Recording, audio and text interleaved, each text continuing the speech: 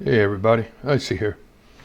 Let's touch on a couple things. First off, 60-minute interview with Kamala Harris. What's the big hoorah? Put out the transcript, show the full interview instead of the doctored one that you put up 2 days after you showed the original. Why not? Or are you afraid that you're going to make Harris look like a fool? Oh, too late. She already is.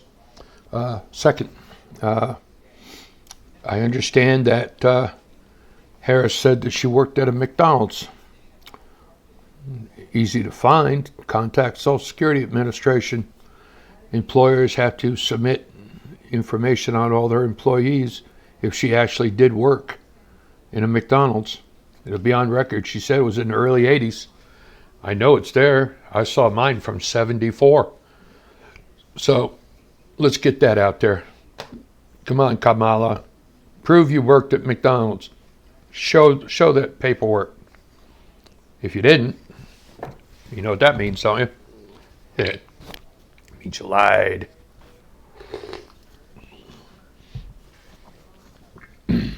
Coffee. All right, next. We have President Trump actually going to a McDonald's and working, and going to a barbershop and speaking with the average citizen. None of this is scripted. This is spur of the moment, which is what it should be. Politicians, for the most part, they want everything written out for them in advance so they know what they're dealing with. But let's face facts. President Trump ain't a politician. He's a businessman. And the best way to get through to people is to get through to people.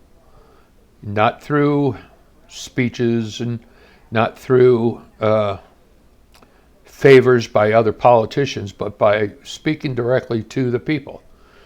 Going into the barbershop, going into a McDonald's, being among the people. That's what gets you elected. That's what allows the people to see that you are not unapproachable. And let's face facts. President Trump is definitely rough around the edges. And he's a hard man to understand sometimes.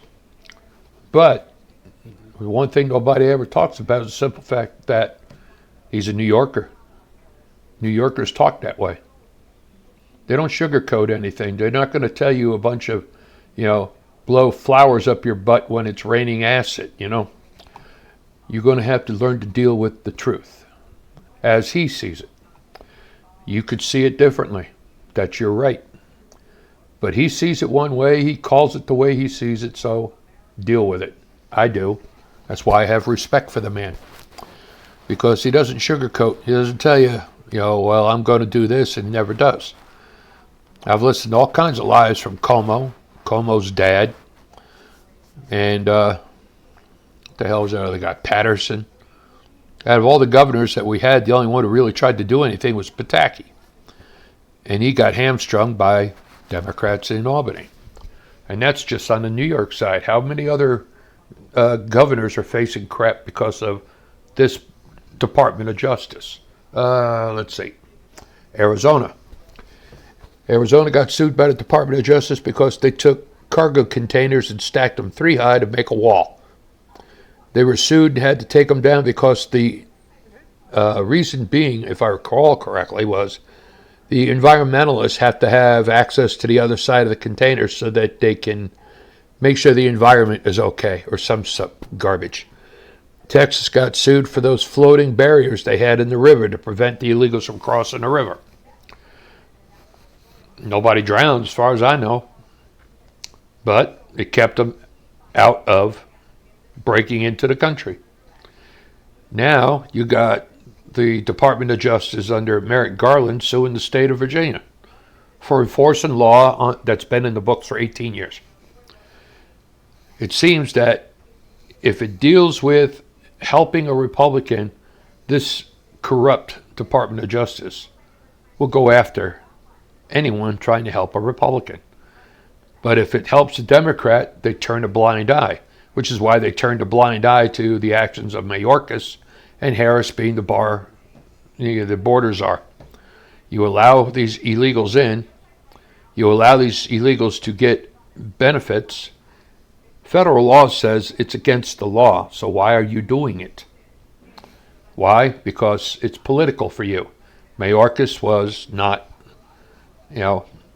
born in this state. He's an immigrant. I don't know about Garland. All I know is they're corrupt in my eyes. I'm sorry, but when you are enforcing a law that has been in your state for 17, 18 years, now all of a sudden with a Republican governor, it becomes a violation. That is political lawfare. You're using the law to go after people illegally. The law says remove them from the rolls. It's not preventing them from voting. It's just removing them from the rolls. Then when they prove that they're citizens, then they can vote. New York State, under Kathy Hochul at present, under Cuomo before, allowed illegals to register to vote. Provided that they voted Democrat, they continued to receive support. Welfare, food stamps, housing assistance, medical assistance, education assistance for their kids. All of it. Provided they voted Democrat at all state and local elections. After they voted a few times, the people that work in the area, that work the voting areas, they say, oh, he votes all the time. So they don't question their citizenship, which is why it's happening. Because as my friend Carlos told me, he said he was told specifically, they don't check if you're voting on a state or local election and being a citizen, only on the federal. So that tells you right there, if they're hiding it and they don't want people to know, So think about it, people. These people want Harris to win so severely. Distort a 60-minute interview, distort her record, illegals voting for Democrats, targeting Republicans for trying to enforce written federal law. So, what side are you going to vote for, people? The side that likes to break the law to better for themselves, or the side that tries to enforce the law and make it better for you? I see out.